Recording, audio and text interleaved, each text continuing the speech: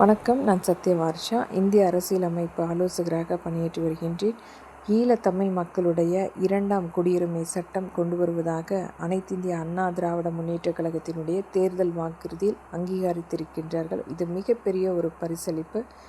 அம்மக்கள் மீண்டும் கச்சத்தீவு மற்றும் இலங்கையில் குடியேறுவதற்குரிய பேச்சுவார்த்தை நம்மளுடைய இந்திய அரசினால் ஏற்படுத்த வேண்டும். இது மிகப்பெரிய அளவில் அம்மக்களை அவர்களுடைய வாழ்வாதாரத்தை மீட்டெடுப்பதற்குரிய ஒரு மிகப்பெரிய பங்களிப்பு. இன்றைக்கும் அவர்களுடைய உடைமைகளை விட்டு, சொத்துக்களை விட்டு அனைத்துமே ஒரு இழந்த அம்மக்கள் இங்கு ஒரு அகதிகளாக வாழ்ந்து கொண்டிருக்கின்றார்கள்.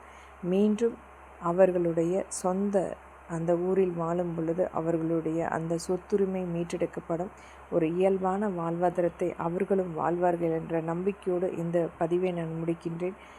அவர்களுக்காக நம்முடைய இந்திய அரசு கண்டிப்பாக இந்த பேச்சுவார்த்தை நடத்தப்பட வேண்டும் என்பதற்குரிய ஒரு கோரிக்கையாக வலியுறுத்துகிறேன். நன்றி.